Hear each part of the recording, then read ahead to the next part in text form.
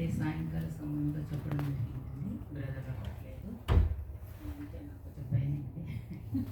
అంటే ఎప్పుడు ఈ రీతిగా చెప్పడం జరగలేదు. సో మాకు కూడా చిన్న ప్రేయర్ గ్రూప్స్ ఉన్నాయి. దాంట్లో అప్పుడప్పుడు మరి చిన్న మాటలు కొద్ది మాటలు పంచుకోవడం జరుగుతూ ఉంటుంది.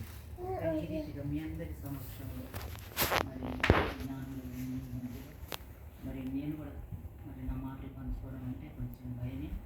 సో దయచేసి ఏదైనా తప్పులు ఉంటే కొంచెం క్షమించండి. దేవుని వాక్యానికి విరుద్ధంగా ఏ మాట కలగకుండా దేవుని వాక్యానికి లోబడి ఆయన మాటలు చెప్పగలిగే కృపను దేవుడు నాకు దయచేయను కాక.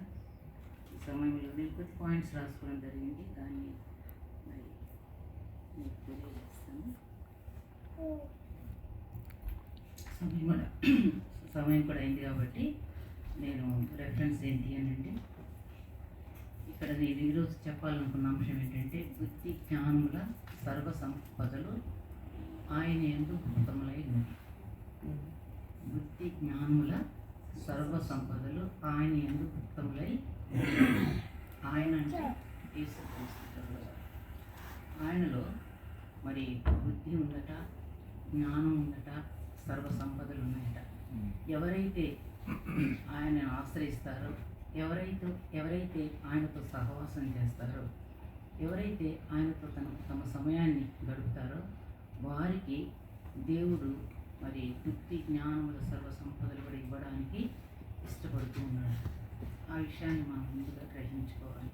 మన ఊరికేనే దేవుని యొక్క బుద్ధి మనకు కావాలి, ఆయన జ్ఞానం కావాలి, ఆయన ఇచ్చే సర్వ సంపదలు మనకు కావాలి అని మనం ఆశపడితే లాభం లేదండి. ఆయనతో సహవాసం చేసిన బిడ్డలుగా ఉన్నప్పుడు మాత్రమే ఆయన నుండి వచ్చేటటువంటి ఈ యొక్క ధన్యకరమైనటువంటి సంపదలను మనం పొందుకోగలుగుతాం.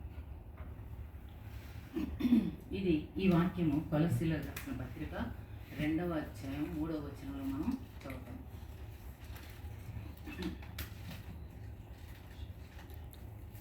అయితే ఈ యొక్క మంచి లక్షణాలను, ఈ 3 కూడా చాలా మంచి లక్షణాలు మనం చెప్పుకోవచ్చు.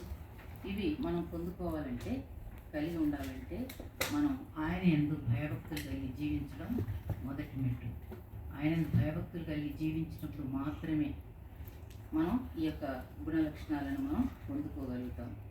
అంటే వాక్యం చదవడం ద్వారా, వాక్యమును ధ్యానించడం ద్వారా, ప్రార్థన చేయడం ద్వారా, ఈ ప్రాథమిక అంశాలని ఆయన ఆజ్ఞల్ని గైకొనడం ద్వారా మనం దేవుని యొక్క మరి దేవుడు అనుగ్రహించే సుబుద్ధిని, జ్ఞానాన్ని, మరి ఆయన అనుగ్రహించే సర్వ సంపదల్ని కూడా మనం పొందుకోగలుగుతాం. ఆయనతో సహవాసం లేనప్పుడు మనం ఆయన నుండి ఏమి కూడా ఆశించలేము, మనం పొందుకోలేము. కాబట్టి ఇప్పుడు మీరు చిన్న గుంపుగా ప్రతి వారం ఈ రకంగా దేవుని భయభక్తులు కలిగి దేవుని వెతుకుతూ ప్రతి వారం వాక్యం ద్వారా మీరు బలపరచబడుతూ ఒక చక్కటి మరి గ్రూపుగా మీరు తయారవడం చాలా సంతోషం. ఇంతకుముందు వచ్చినప్పుడు కూడా మరి నేను చూడడం జరిగింది. అట్లాగే అనేక పర్యాయాలు అంటే మేము వచ్చిన వాళ్ళు కూడా గమనిస్తూనే ఉన్నాను. మంచి సహవాసం కలిగి, సహవాసం అనేది చాలా ప్రాముఖ్యమైనటువంటి విషయం. సహవాసం ద్వారా ఒకరినొకరు ప్రోత్సహించుకుంటారు. మరి మరి ఒక మంచి మాదిరికరమైన జీవితం జీవించడానికి కూడా అవకాశం ఉంటుంది. మరి చక్కటి వాక్యాన్ని కూడా పాస్టర్ గారు డానియల్ గారు మరి మీకు చక్కటి వాక్యాన్ని బోధిస్తూ ఉన్నారు. మీరందరూ కూడా వాక్యం తెలిసినటువంటి వాళ్ళే. మీ అందరికీ సమృద్ధి అయిన వాక్యం ఉందని నేను అనుకుంటున్నాను. ఎందుకంటే ఆ యొక్క వాక్య పరిపక్వత, వాక్య నడిపింపు అనేది మీ అందరిలో కనిపిస్తుంది. సో మరి దేవుడిని చక్కటి గ్రూప్గా మిమ్మల్ని సిద్ధపరిచి ఆయన మహిమ కొరకు, రాజ్య వ్యాప్తి కొరకు మిమ్మల్ని వాడుకోవడం చాలా మరి ప్రశంసించదగిన విషయం దేవుడు. అయితే ఈ మూడింటిలో బుద్ధి, జ్ఞానము, సర్వ సంపదలు అనే మూడింటిలో మొదటిగా బుద్ధి అనేటువంటి అంశం గురించి నేను కొన్ని మాటలు చెప్పదలుచుకున్నాను. ఇదేంటంటే ఒక దైవిక లక్షణం, సుబుద్ధి, బుద్ధి, మంచి బుద్ధి, మరి ఉపకార బుద్ధి అనేటువంటి అనేక మాటలు మనం చూస్తాం బుద్ధి అనేటువంటి విషయం. సో మంచి బుద్ధి, ఉపకార బుద్ధి, సుబుద్ధి అనే వీటితో పాటు కూడా ఇంకోటి ఉంది, దానికి వ్యతిరేకమైనది ఏంటంటే దుర్బుద్ధి. మంచి బుద్ధి కలిగి ఉన్నప్పుడు మన యొక్క లక్షణాలు దేవుని సమీపంగా ఉంటాయి, దైవిక లక్షణాలతో మనం నింపబడిన వారంగా ఉంటాం. అదే మరి దుర్బుద్ధి కలిగినప్పుడు సాతాను సంబంధమైనటువంటి లక్షణాలు ఆయా వ్యక్తుల్లో మనం చూడగలుగుతాం అన్నమాట. కాబట్టి మనం ఎప్పటికప్పుడు మన యొక్క జీవితాల్లో మనం ఎటువంటి బుద్ధి కలిగి ఉన్నాం?